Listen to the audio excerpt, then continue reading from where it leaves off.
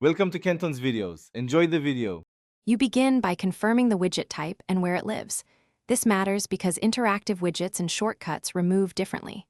Tap and hold one widget to enter edit mode, then make sure you see handles or a remove icon. If your launcher locks icons, disable that in settings first. Once done, long press again to test removal on a single widget so you avoid mass deletions. This first action sets up a safe, reversible path for removing the rest. Now you remove the widget itself. Long press and drag to remove or trash and release. That's the standard for most launchers. If a widget resists, open the related app settings to revoke placement permission or temporarily uninstall updates. This forces removal. For multiple widgets, switch to edit or select mode to clear several at once. This is faster and avoids shifting icons. As you work, watch the wallpaper layout so you can reposition remaining icons smoothly and keep visual balance. Finish by tidying the home screen.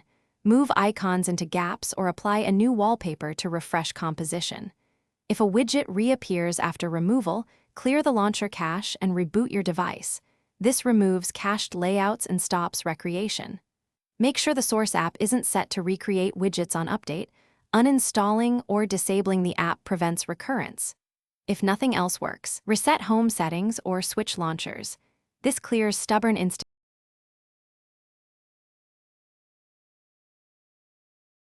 Thanks for watching. Consider subscribing if we helped you.